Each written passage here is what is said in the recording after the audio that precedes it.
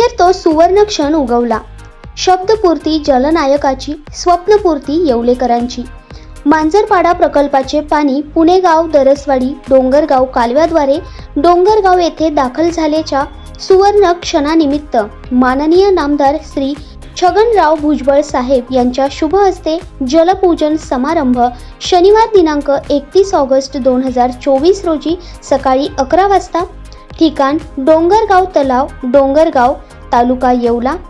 या सुवर्ण क्षणाचे साक्षीदार होण्यासाठी आवर्जून उपस्थित रहा.